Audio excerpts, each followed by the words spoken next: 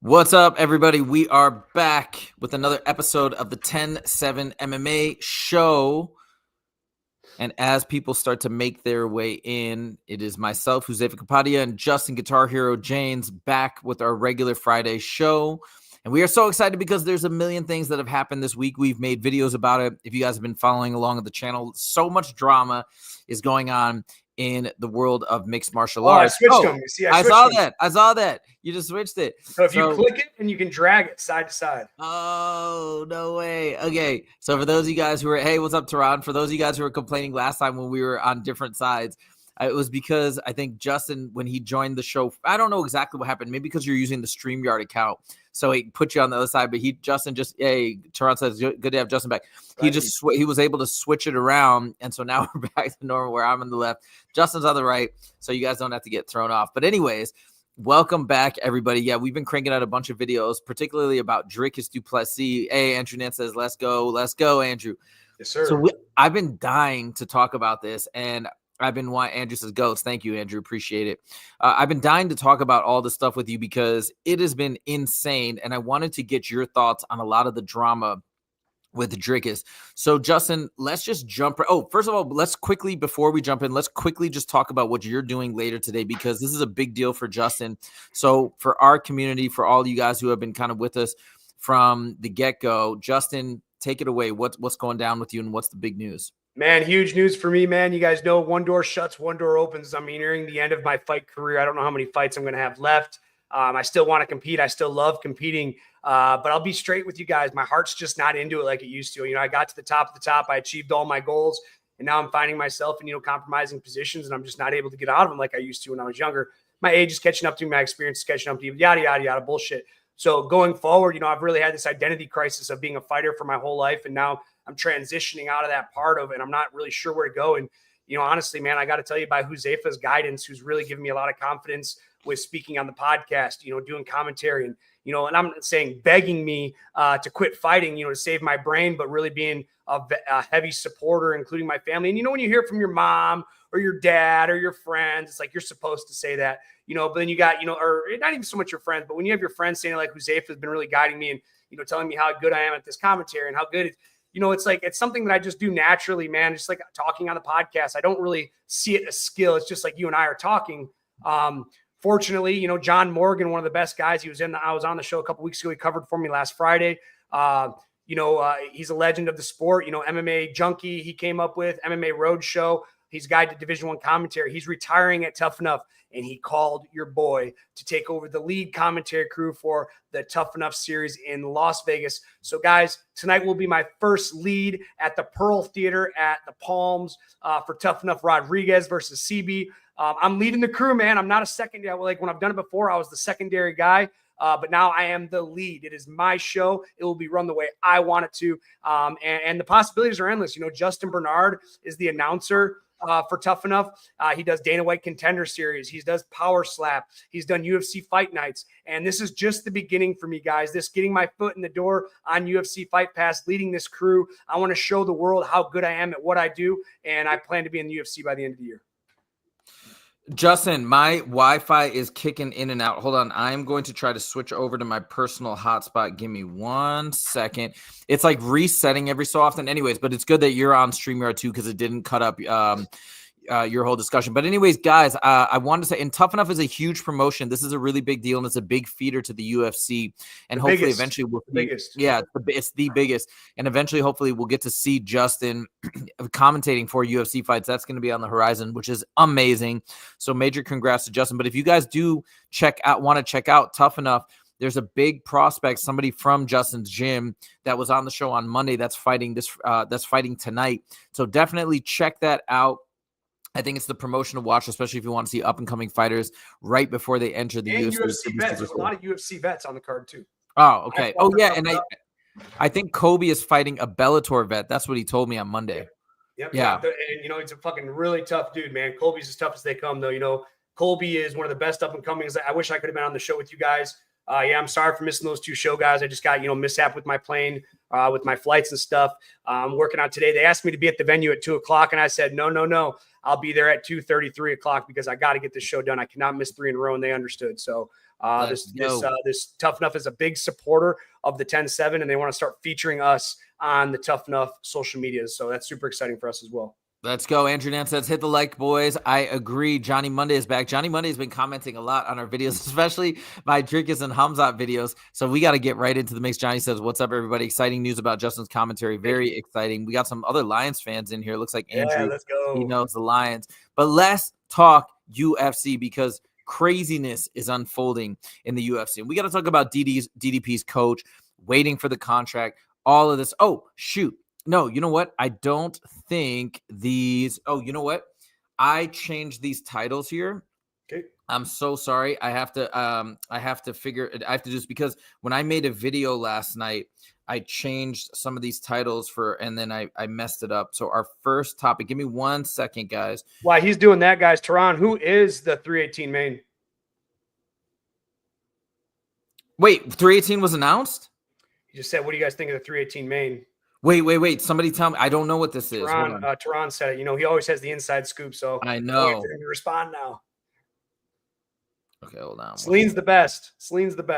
She sends me the best memes too. Okay, here we go. Let me get back to the topics here. It was, so it's DDP versus Khamzat Reality Check. So this was in my video I did. Here, we'll just say DDP versus Khamzat. So let's talk about this entire situation. I'll update the rest of these headlines as we talk. So DDP versus Khamzat. There's been crazy stuff that we've been hearing about. Oh, I think we got some comments. Holloway, no, it's been announced. No way. Holloway. We'll look it up right now. I'll be looking up right now while you're talking. What do you think about Holloway versus Poirier for the BMF? I mean, you know, Poirier said he's not necessarily wanting to fight an up-and-comer. He wants to fight a fun fight. And what a funner fight than this, man. You know, Poirier really put it on Holloway in their last go-around. You know, Holloway looked incredible against Justin Gaethje. I think he's going to get his weight dialed in. I think he's going to be bigger. I think he's going to be stronger. And I think he's going to take it to Poirier in this third fight. I mean, this is what everybody's been talking about for the longest time, that this was the proposed matchup. Everybody's saying, hey, they've been hearing through the grapevine as Poirier versus Holloway. And I guess it's finally been announced. Poirier's retirement fight set for 313 against Holloway 2 days ago. Dude, this would be such a great card. This would be such a great card to go to because it's probably in New Orleans, right? Or where is it? It is New Orleans. Yep. Yeah. Oh my God, this would be so much fun. Good to see y'all. Western says I'm at work. Yo, that is crazy. Okay, well, I mean, I guess we knew, but still, you know, you never know until it's announced. So now it's announced, and this can be a fun fight. Really, really fun fight. Great for Max and great for Dustin. Max will get another shot to get that loss back from back in the day. But you know what's cool about this fight is these guys are going to show each other the utmost respect in a way where, you know, like they're both going to give it their absolute all and they're going to hug it out at the end. Like it's going to be incredible. You know that. Oh, yeah, absolutely. And I don't think I have a feeling. Tell me if you agree with me. I think it's going to go the distance. I'd almost guarantee it's going to go the distance. Do you disagree? Man, I don't know, dude. It could be finished in the first round, man. The way they come out, they might fucking put their hands down, point in the middle, and just sling them out in the first round, man. But if I had to take the over, if I had to take the over or the under, I would take the over for sure. Both of these guys are durable. Holloway's only been put away once. Dustin Poirier, he's only been put away once or maybe a couple times, man. These guys are two old school dogs. And, you know, Poirier coming in knowing it's his retirement fight, knowing that he's going to have guns blazing, man. I see these guys fighting to the end, and I will take the over in this fight. Oh, my God. It's going to be so good. Okay. Well, that is exciting news, but let's get to this Khamzat DDP beef. I know Johnny Monday is going to have a lot to say here, but we've been going back and forth. So let's back it up real quick, and then I want to get Justin's take on all of this. We hear the rumors. Kevin Ioli says we believe there's an injury out of Drickus' camp, and that's why Drickus is radio silent. And that's why we haven't had a fight announcement for International Fight Week, because Dana White insinuated that this was going to be the headliner for International Fight Week on June 28th, which we were all freaking out about.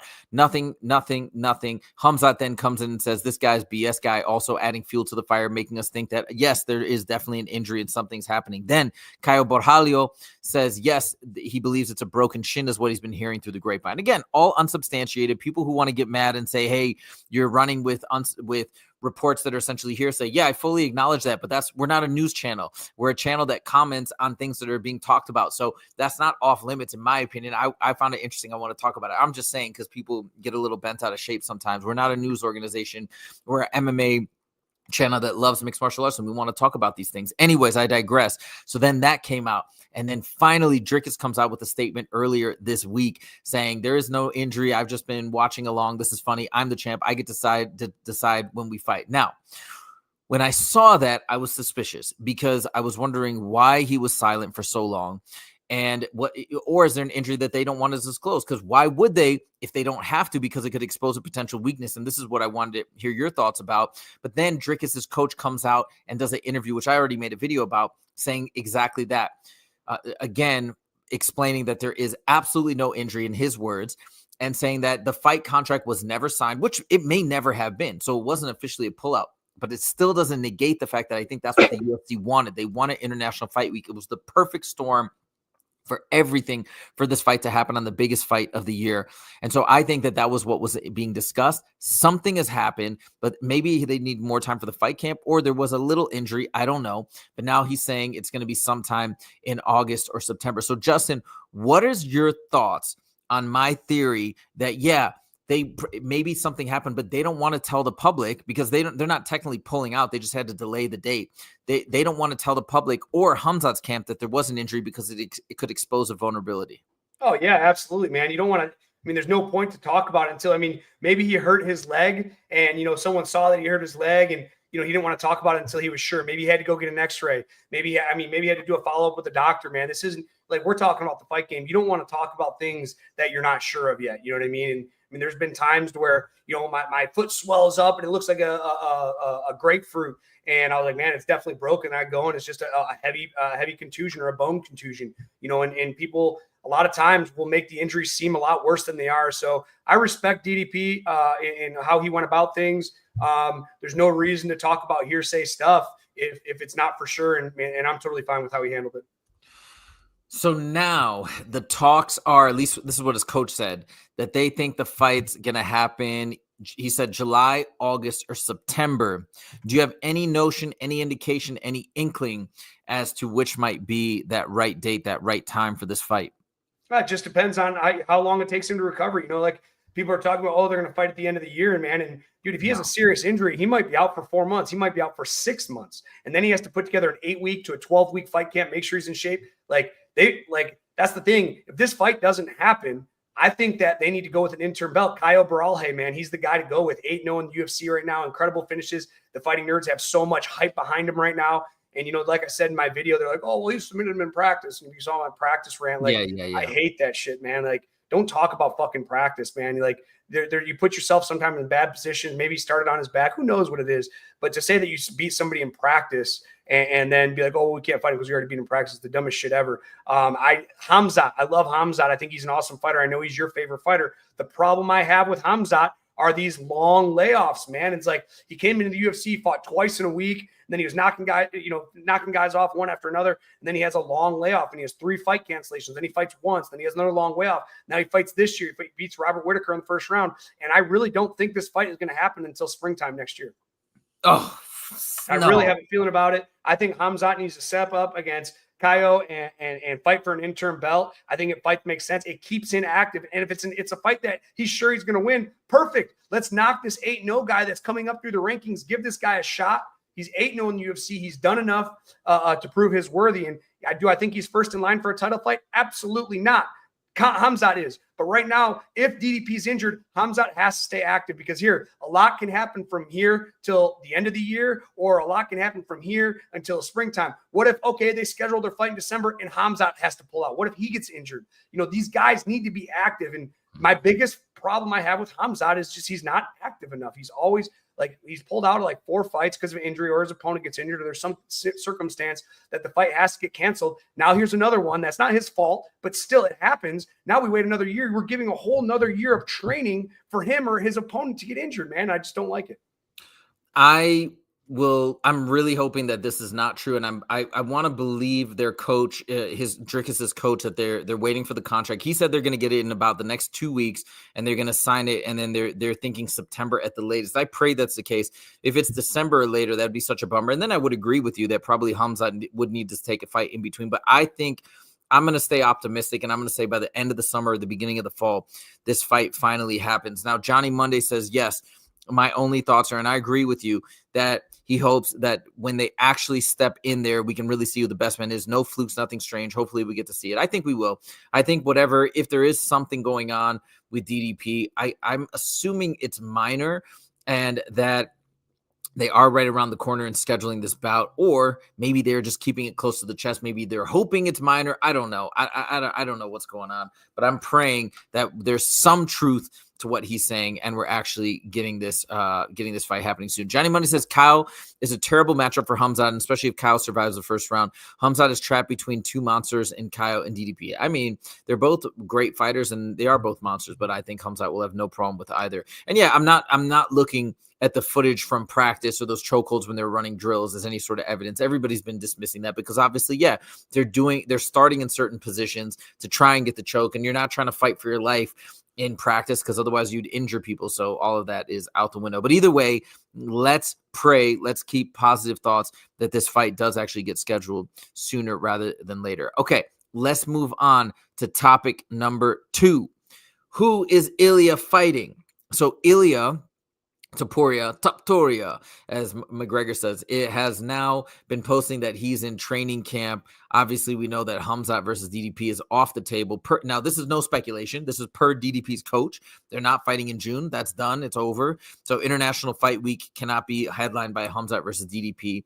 So the rumors are, and maybe they're even more than rumors, but it's Ilia's going to be fighting. But the question is, will Ilia be fighting Islam or will Ilia be fighting Oliveira? And will it be for a title? The rumors seem to be that it will be a title, undisputed title, no matter what. Either based on the results of the welterweight division fight, Islam is going to vacate and move up, or he's going to fight, and it'll be Oliveira for the vacant title, or Islam will defend the title against Ilia. Justin, yes. What are your thoughts? What do you think is going to go down with Ilia Topuria during International Fight Week?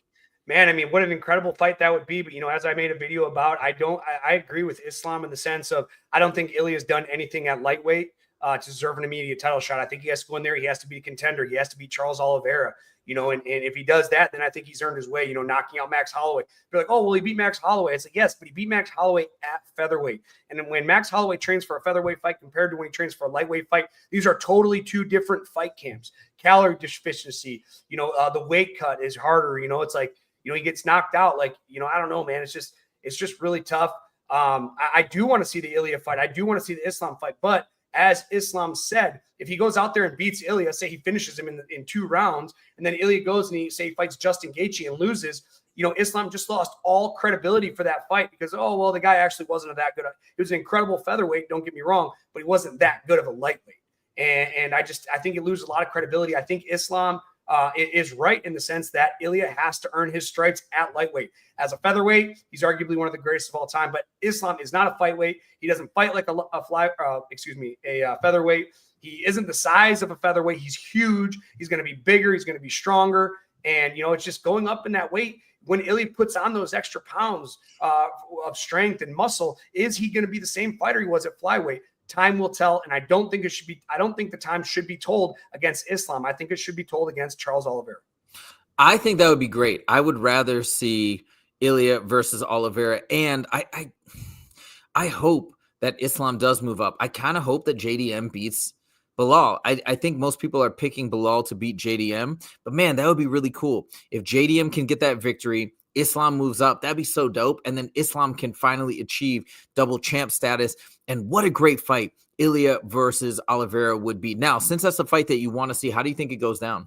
Man, I don't know. That's why I want to see it, because we're talking about one of the greatest lightweight grapplers in the world. And, Ilia's coming out talking about how he's going to sub Islam and Islam sub Charles. So it'll be a great test. If Ilia goes in there and subs him, in the first round, second round, third round, or finishes him, knocks him out, like, all right, this guy's the real deal at lightweight. I'm just, as much as I'm starting to like Ilia, I don't think he's done enough. He talks about how great his grappling is. All right, show it against arguably one of the best grapplers in the history of the lightweight division. He goes in there and beats him in grappling and wrestling and or knocks him out, or just wins a great 5-round decision, beats him in everything, wrestling, grappling, striking, and beats him up for 5 rounds. I mean, what a testament, what a feather in the cap that would be for Ilia to call out Islam. Tehran says, I believe it's going to be Oliveira versus Topuria. I do think that I think that would be phenomenal. And if he does get an emphatic victory, holy smokes, that'd be so crazy. I think too, as much as the UFC loves Charles Oliveira, and as much as, dude, there's multiple fighters, by the way, on the Bozeman card for Fusion Fight League that listed Charles Oliveira as their favorite fighter. I think that's so cool that so many people love and connect with Charles Oliveira. But anyways, I think as much as Oliveira is loved, I do think that the UFC, it'd probably be better for business if somebody like Topuria could all of a sudden come up and get 2 belts, right? And even not simultaneously, but still double champ. In my opinion, it's no difference whether it's simultaneous or not. But yeah, he could move up and get that belt. Wow, that'd be wild. It's just the whole thing is crazy. It'd be such a spectacle. You now have Ilia move up, take over the lightweight throne, and then Islam, who's another superstar. Because as much as I do like Bilal, actually, he's really, I've changed my mind about him. I've come around on him, and I do like him as a champ. But I mean, Islam is a way bigger star. So for him to go up and get the welterweight strap, I mean, this would be the perfect storm for the UFC, especially now they're amidst negotiations for the licensing deal potentially with Netflix. So anyways, I think that's the happy ending that they want. We got a couple other comments. Johnny Monday says, at Gage, it will be a Khabib versus Tony level of what if for the MMA world. If we go into, 100. No, don't even put that out there. We're going to see Khamzat versus DDP. It's happening. I know it's going to happen. Islam versus Ilia would be awesome this year. Yeah, I think it'd be cool, but I kind of like this other narrative better of Islam moving up and taking the welterweight strap and Oliveira versus Ilia. I think that'd be awesome.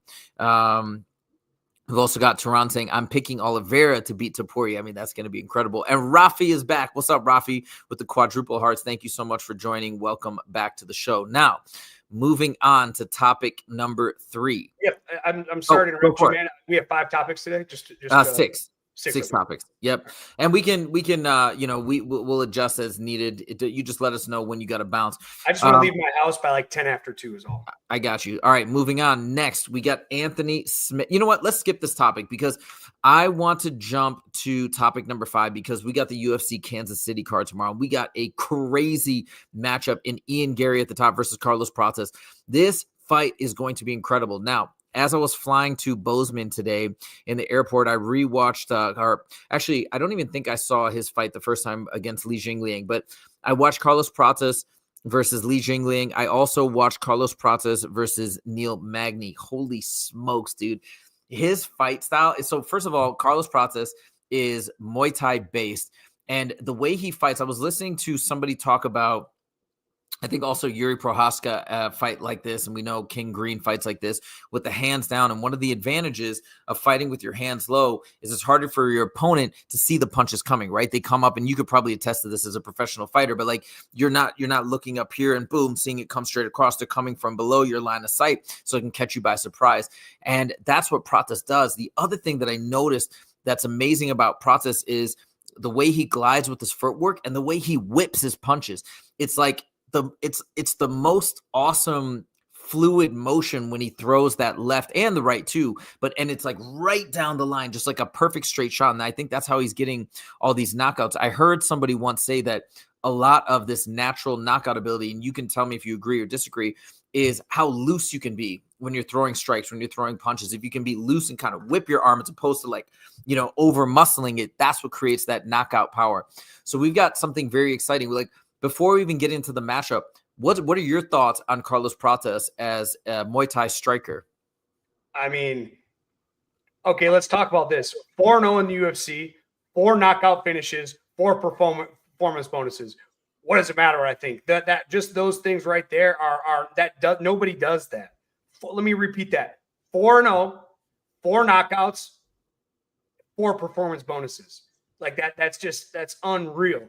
Now you look at Ian Garry now coming off the loss to Shavkat. We talked about how I hated the matchup with Shavkat. Ian Garry had so much momentum going into this fight, but now he's putting himself He's putting his back against the wall. He loses 2 fights in a row. He's way out of title contention. Carlos Prates and the Fighting Nerds have so much momentum behind them right now. If Carlos goes in there and starches Ian Garry in 2 or 3 rounds, I mean, he's right up there for a title shot. And Ian Garry just lost all credibility. He's got to win 2 or 3 fights to even be talked about. I think this is a terrible matchup for Ian Garry. I think this is an incredible opportunity for Carlos Prates. Again, 4-0 in the UFC, 4 finishes, 4 performance bonuses that not only him, but his whole team has so much hype right now. You know, you look at Caio Borralho, man, like 8-0 in the UFC.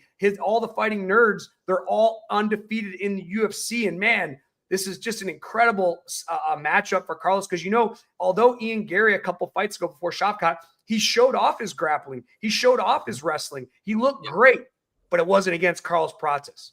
And that's the problem. I mean, I'm glad that he got out there and grappled and he showed the world that he can grapple, he can wrestle, but can he do it at the highest level? I just don't think he's going to have enough to take Carlos down and grind him out. Okay, so I want to respond to that because I'm picking Ian Garry. But first, before I do that, I want to talk about what Kobe was phenomenal, by the way. Guys, let me know in the comments if you guys did tune in on Monday what you thought of Kobe, because I loved his analysis. He was so detail oriented. One of the things he said about the Fighting Nerds, which also is similar to because he's trained with Khabib's team many times. I don't know if he ever told you that, but because he's under the same management, Ali Abdelaziz's dominance management, he's trained with them. And he's like, what people don't realize is they have systems and crazy like circuit training set up for when they're facing an opponent, and then they'll break somebody down. They'll create a strategy as a group, and they all have each other's backs. They all want each other to win and succeed. So it's like it's this big unit that you're going against. And he said the Fighting Nerds is a very similar setup. They all are collaborative, and on top, I mean, I'm sure all gyms are collaborative to some extent, but he's like, they really make it into a science. And on top of that, he's like, they're gonna study the heck out of Ian Garry and create a picture perfect game plan. So to me, when he said that definitely gives me pause in terms of wanting to pick Ian Garry. I'll tell you the reason why I'm picking him, and then I want to hear your response as the actual professional here. I feel like Ian Garry, number one, he's brimming with confidence. I'm sure that can go both ways, but I feel like he really believes in himself.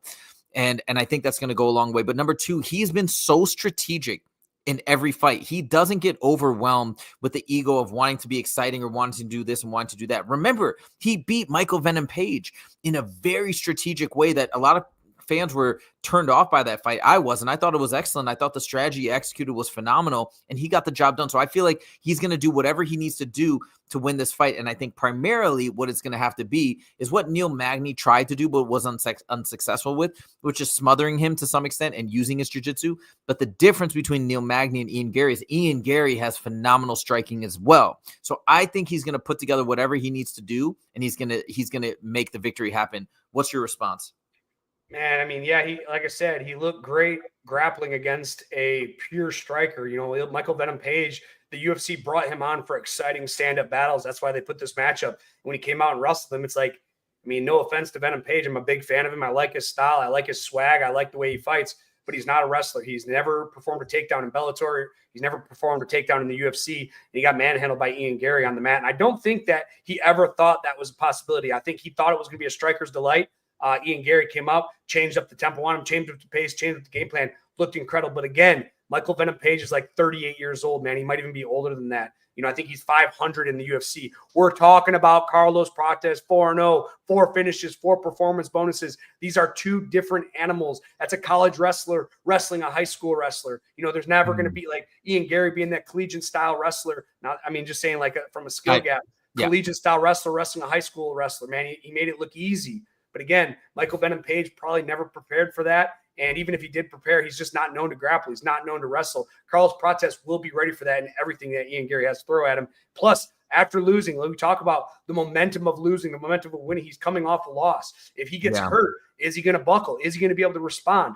Time will tell, but I just can't see Ian Garry winning this fight. I think it's a terrible matchup. Oh, God. I just on a human level, I want to talk about that because if he does lose, it will be pretty sad. I mean, this guy has taken 2 short notice fights for the benefit of the UFC, and that's cost him, you know, to drop in the rankings, to lose out on a potential title shot. I mean, he came in short notice to fight Shavkat. He's coming in short notice to fight Prates, which is, as you mentioned, it's not a smart fight to take. And I would just feel so bad for him if he loses this fight, what that's going to do to him. And as you mentioned, he's going to have to climb himself out of that hole. So from that perspective too, as much as I love, Carlos Prates is so fun to watch. And as much as I love watching him, I want Ian Garry to win. The other thing I'll say is too, people who pile on to Ian Garry and say he's cocky and say he's annoying and this and that, dude, whatever you want to say, he's energizing. He's fun. Dude, his bravado and the fact that he believes in himself so much and he talks some smack and he gets in there and dude, it's exciting. He's one of the few fighters, even if you dislike him, it still makes things interesting. And people might be tuning in to see him lose or get knocked out or whatever it may be, fine. But you got to appreciate guys, in my opinion. I want to know your thoughts, Justin, but I feel like people need to appreciate Ian Garry because he's somebody that you want to tune into, whether you love him or hate him. Justin, do you agree or disagree? Yeah, Ian Garry, I think he's a great guy, man. I think he has great. I like his style. The most thing I like about him is he's trying to improve. He's not. I mean, he comes in as a striker, but he's working his wrestling. He's working his grappling. A lot of guys are so good at striking. You look at Michael Venom Page, such an incredible striker, but you can tell that he really doesn't work his wrestling and grappling very often. He keeps trying to perfect his craft. I think that's a downfall of a lot of fighters is they're good at one thing and they just keep practicing that one thing. And, like me coming onto the scene, into MMA, like I was a really good collegiate wrestler. And then I was like, you know what? I need to focus on my striking. But unfortunately, after a couple of years of striking, I fell in love with it and I stopped wrestling, and to have that balance that Ian Garry does, I think it's incredible. And I wish him the best, man. I just think this is a terrible matchup. All right, we're going to get to a couple of comments before we move on to the next topic. Ruffy says, we're going to talk about John Jones versus Tom Aspinall because it's not looking good. But he says, I've now nearly lost all hopes of getting big fights like Aspinall versus Jones. I think at the moment DDP versus Khamzat is the only big fight we're going to get this year. Hey, as long as we get DDP Khamzat, I'll be okay with that. That is fine. Johnny Monday says, somebody get poor Ian some steak and eggs. Justin, do you think that's a detriment to Ian Garry? Because everybody's different. I watch a lot about nutrition and health because I'm always trying to tweak my own diet and fine tune my own health. And there's obviously different schools of thought, but I think some of it does have to do with particular genetics and what your body is designed to take, because I don't think the same diets work for everybody. But what is your thoughts? Like at Extreme Couture, do they preach a particular type of diet, for example, like a carnivore diet or a paleo diet, or do they advocate for some sort of blood work being done and then having the diet being custom fit to your blood work? Not necessarily at Extreme Couture. When I was in the UFC, we all have a nutritionist. We all have, food made for us every day, and it's pretty standard, man. So for like lunch would be, sometimes they even fed us pizza, but a lot of times I just remember when I was getting ready for the fights. And again, this was years ago, so it may have changed a little bit. It'd be like steak and rice or chicken and rice. And then for dinner would be more of a protein base because, again, you don't want those carbs at night. But, yeah, I agree with what you're saying. Everyone's different. Everyone responds different. I tried to do like a fat or all fat and protein diet for a while. Felt good intermittently. But when I incorporated carbs, I didn't feel any better or any worse, man. So I think it's just whatever your body's used to, and everyone's different. So it's great to try a bunch of things. For sure. Toran also jumps in. Okay, and I did not like this when this was happening. I didn't like what Garry did to Magny and how he was calling him out about like the stuff he was doing with his son. I don't even want to get into the details, but like, yeah, I wasn't a fan of that either. Okay, fine. Yes, I will agree with you there that was distasteful, and I think that turned a lot of people off. But that being said, I still think he's an asset to the company for two primary reasons. One, at least he gets out there and says something and creates some emotions. And for you, it sounds like it created negative emotions, but it's something. And number two, he's a company guy. He's taking these short-nosed fights. He didn't have to. Look at what's happening right now with DDP versus Khamzat. This is a fight that would have been the pinnacle of the year.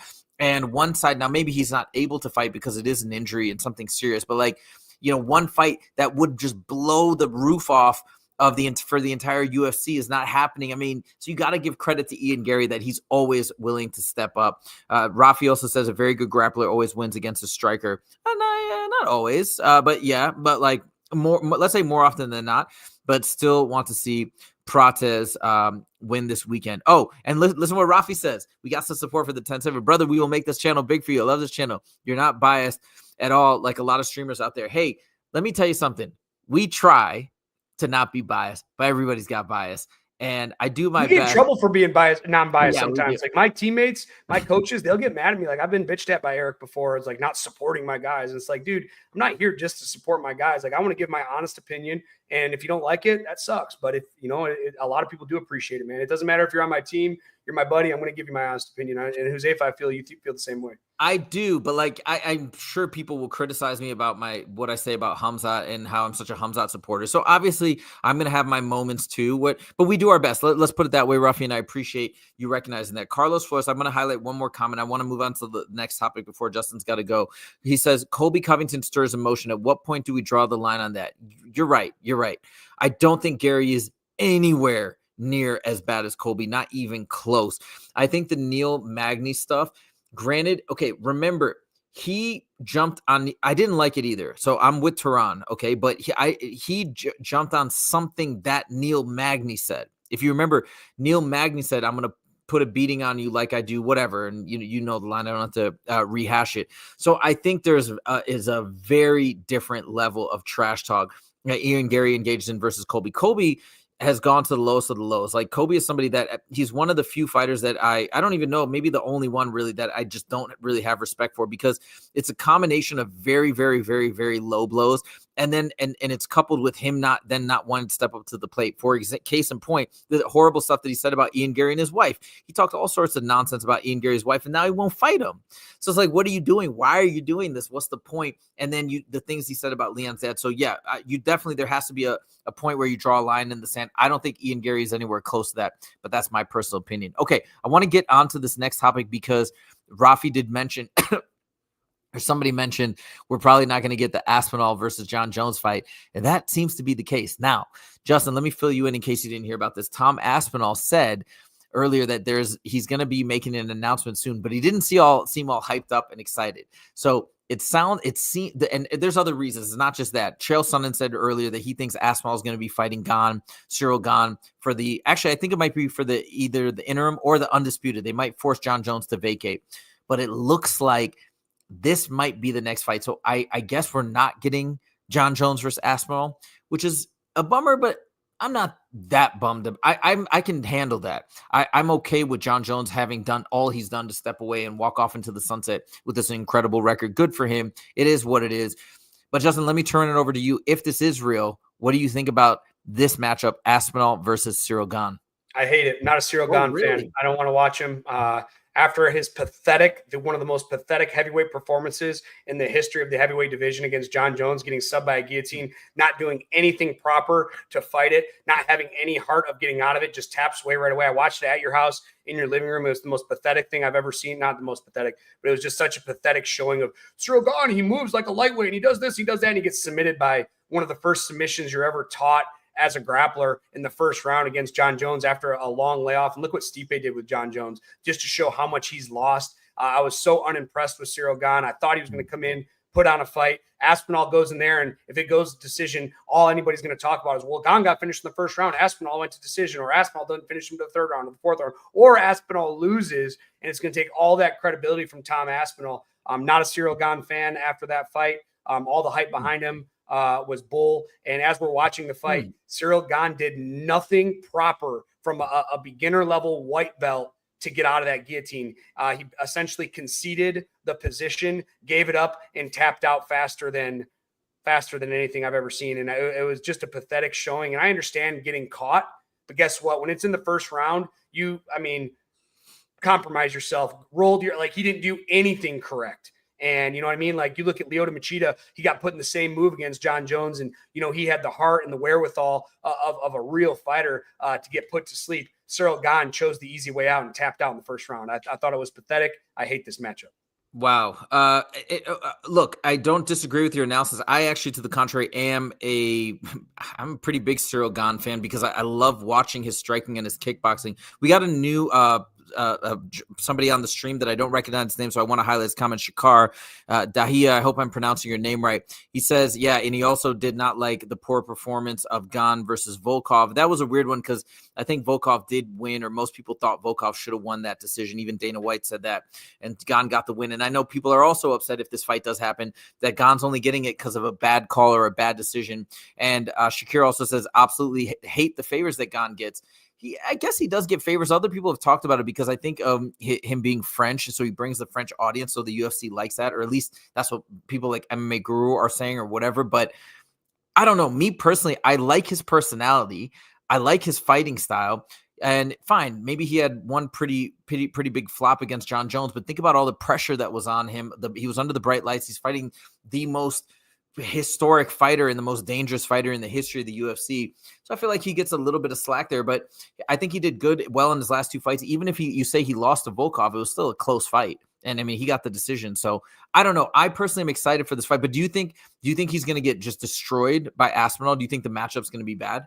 I have no idea, man. You don't know what Cyril Gane's going to show up. Is it going to be the guy with no heart that taps out in the first round? Because let me tell you this: if I was fighting Islam Makhachev and he put me in a guillotine choke in the first round and it was a wrap, I'm closing my eyes, I'm going to sleep, and I'm getting woken up by the ref. I have some heart, man. Have some heart. Just to go in there, it just bugs me, man. You talk about all the pressure. There's no pressure there. There's no pressure. And that's what athletes need to understand. He had everything to gain and nothing to lose. You're fighting the best. You're supposed to lose. And you get tapped out in the first round. I thought it was pathetic.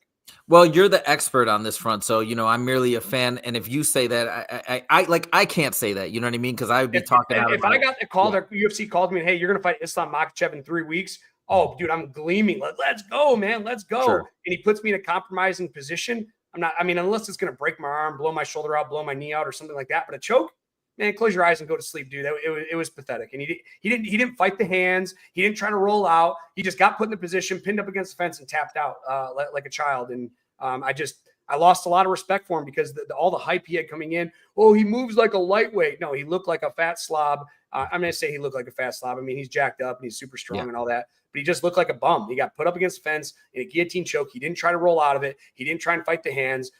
Maybe I'm salty because I lost a bunch of money on it as well. And I'm more salty about that. I'm just taking out my frustration on, hey, man, I get getting caught. I get it. I've been caught. Right. But at that time, like, you still have, you get caught in a submission. You still have things you can do to try to get out. And he looked for a way out and he tapped out almost immediately. Most people in chat right now are agreeing with you. Johnny Monday says, amen to Justin's Gane take. His Jones performance was pathetic. And we got a great numbers on the stream right now, by the way, guys. Thank you so much. If you guys could click that like button, this is awesome. But it says, it was so weak that I consider it was a dive. Let's not start calling it a dive, please. It wasn't a dive. It wasn't a dive. I think he just panicked and he panic tapped. Yeah. And I don't think that you should be rewarded with fighting the best guys or even an interim title fight when you're still panic tapping at that level. But we have somebody very interesting that is saying that Gane is legit. Is your boy Izzy Slots? He says Gane is legit. I like that. I do think Gane. Here's the thing. I don't think he's a bad fighter. I just don't think that he should be the UFC champion. I mean, UFC champs shouldn't be tapping out in the first round, man. I mean, it happens. You look at Robert Whittaker gets tapped out by Khamzat, but bro, he broke his teeth, or his jaw. Like that's legit. Yeah, it's like you're being choked. You're being choked. You know what? Fucking show some heart, man. Yo, people, I know you got to go, Justin, but people, let me bring us something else. Now you're talking about Khamzat. People are saying, oh, we shouldn't be so hyped about his victory against Robert Whittaker because he had messed up jaw before he went into that fight. That's the only reason why he lost. I think that's such BS. Look at the scrambles and what Khamzat did to him until he got to that position. Justin, you weigh in as the wrestler. Was that impressive, or was that? Say that one more time. Repeat it one more time. Did Khamzat's dominance over Robert Whittaker? I think he's asking if his dominance over Robert Whittaker was impressive. Absolutely. Again, I'm the worst. Think I lost. That's okay. I got the gist of what you're saying, but yeah, were you not impressed by Khamzat's performance against Robert Whittaker? Yeah, of course, man. He went up against Robert Whittaker, subbed in the first round. I was blown away. I never did see that happen. I put my pocketbook on Robert Whittaker, and that's the thing. When I make my picks, guys, I put my money where my mouth is. I'm not sitting here just saying, "Oh, this is what I think," and you guys are stupid. No, I put my money where my mouth is, and I put my money on Robert Whittaker in that fight. When he went there and did what he did to Robert Whittaker, we're talking about the former UFC champion. We're talking about one of the best middleweights of all time, and what he did to Robert Whittaker was so impressive that you can't not talk great about him. Dude, everybody in the chat hates Gane. Look at this. Apes together. I think this is a new follower as well. I think there's a decent chance Gane took a dive. Come on, he didn't take a dive. You got to at least count him some slack there. Western says, didn't Gane already have 4 title fights? He had 2, but this would be the 3rd. Muttball says, yeah, he's popular because he brings the French viewers. I think that's the theory as to why the UFC likes him so much. But Izzy Slots does say this, and I think there's some legitimacy here. Jones does that to everybody. He makes everybody look like they're brand new. So, I mean, I think there's something to that. Gane is won the last 2 fights, arguably one of them controversially, but still he's coming back and he's doing well. So I think we'll see what happens. Do you have time to talk about one more topic, or you guys got to bounce? Do you got to bounce? I can do it in the car ride, but I need to put my clothes on. If you want to, while I get dressed. You jump off. Read if I'm still on, just jump back on. But guys, wish Justin luck today. Give us a like on the stream to root for Justin at Tough Enough, his debut as the lead commentator. Are you lead commentator or co-commentator? I don't know. I am the lead commentator. This is my show, so I'm really excited. I'm really nervous. I want to get there a little early and Go do your thing. Give him a like and check out Tough Enough. And if you do check out Tough Enough and buy the stream tonight, we can talk about it on Monday and talk about the fights. Maybe we'll even get Kobe back on here because Kobe was a legend. All right, thanks, Justin. Good luck. And I'm going to take it home with these last 2 topics. Appreciate you guys. Thanks for coming on, guys. 17 viewers. Appreciate all you guys, all the love and support. See you guys on Monday. Or what's today? Friday? Yeah, I'll see you guys on Monday. Yeah, Monday. Peace. Okay, so now we got, and I'm in a hotel right now. I know the connection every now and then it's like the Wi-Fi reset. So if that happens, I so apologize. I'm just not realizing it. But let's go to topic number 4. Why is Conor teasing Chandler again? This was the most ridiculous thing. I'm going to make a video about this, but you know what this reminds me of? It reminds me of an ex-girlfriend where she's dangling in front of you and basically toying with you for years on end, wanting to maybe get back together and not get back together and then changing your mind, but then, hey, giving you some hope again.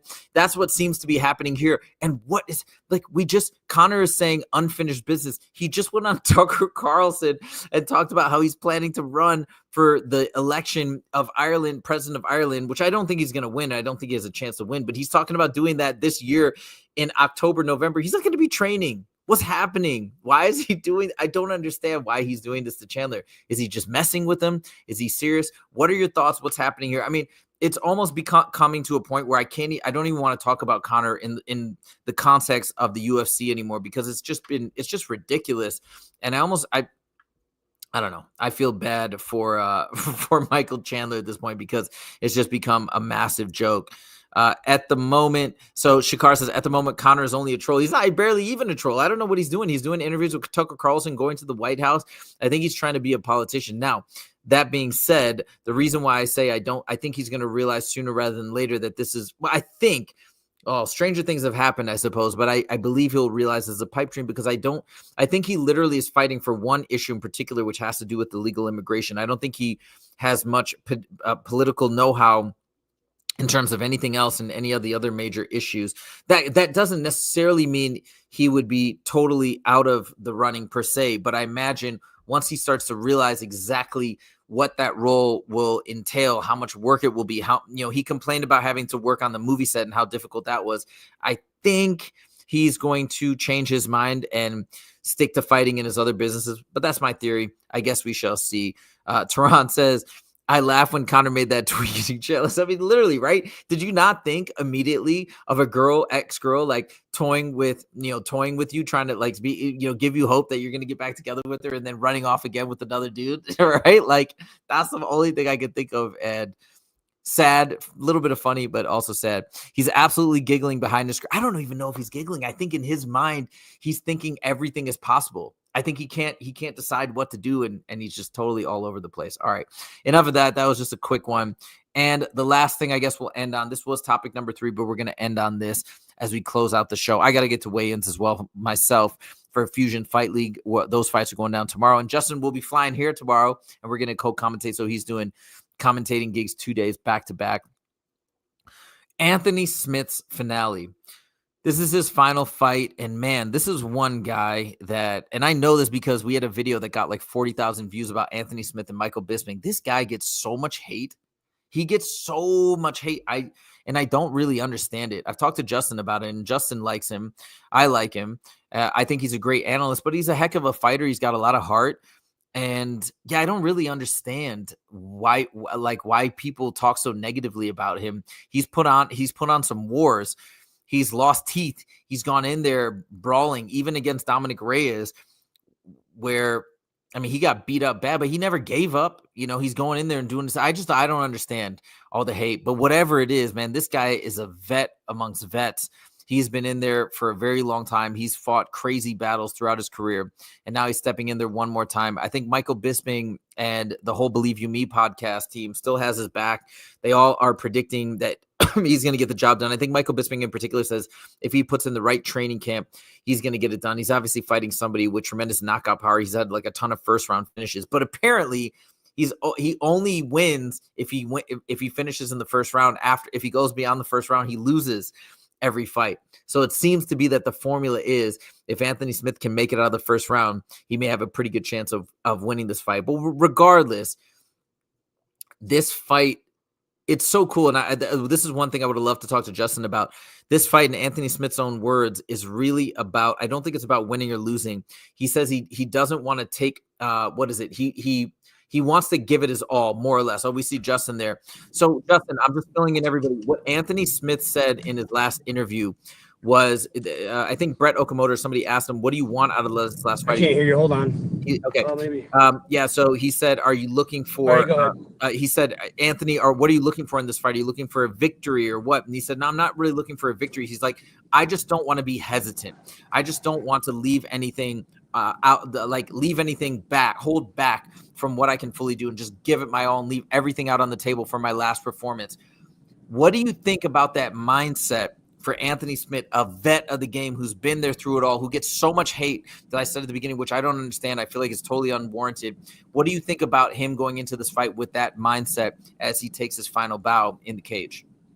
I mean, that's the mindset he has to have. It's kill or be killed now. You know, going in there, he knows there's no more tomorrow, man. And what a great situation to put yourself in is, you know, your training is going to be great. You're going to be motivated for your training and to come out. And he has a really tough opponent. This is not the UFC doing him any favors. Very, very tough opponent. Has a lot of momentum behind him. But Anthony Smith is a dog, man. And when you know that this is your last chance to show the world that you still have it, you know, and you're never stepping in the cage again, I mean, that you get tremendous confidence with that mindset.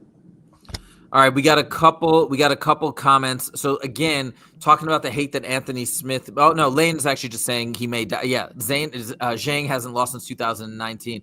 That's pretty tough. But Rafi says, yeah, dude, I love Anthony Smith. It's hard to see him lose. He does have a lot of losses. He should just retire. It's been so many words, and he's retiring after today. But then we do have this comment here. See, 8 Strong Together Strong said, heard someone say Lion from Wizard of Oz Heart, like stuff like that, you know, or people say not Lionheart, or, you know, and I think some of this negativity began from the Jackson podcast and then people ran with it or whatever, you know how people do online. But yeah, it's a shame. Regardless, this is his final fight. I think he's got many diehard fans still out there, and people want to see him step in there one more time. And it's going to be a shame when he finally does hang him up tomorrow. But that is that. Okay, guys, this was a great show today. We had a great audience. I want to thank everybody for all the participation in the chat because that makes the show 10 times more fun. We really appreciate it. And again, we really appreciate the likes, all the engagement that we get, the views that we get during the stream, but also the likes, the comments, and all that stuff helps our channel grow tremendously. So we appreciate all of that because we do feel we are on the rise and we're really onto something. Plus, on top of that, Justin and I are having a blast doing the show. And this is hopefully going to be something that we can help with these other promotions that we start to work for, right? Like Fusion already. Now Justin's doing stuff with Tough Enough. So I think this is all going to be a rising tide that raises all ships, whatever the expression is. Anyways, thank you guys so much. We hope you have an amazing weekend. If you do want to check out the Fusion Fight League, you know, I should have put the link to buy the pay-per-view in here, but I didn't. You can hit us up on Instagram. I'll send you the link. I'll even post it on our main page later today or tomorrow so you guys can check that out. And you guys know where to find Tough Enough. Hopefully you can check Justin out tonight as the lead commentator. Let's go. And Carlos Flores says, stick with it, guys. You'll be huge within a year. Let's go. We love that positivity. Again, thank you guys so much for joining, and we will see you in the next episode on Monday at 1:30 p.m. PST. Take it easy.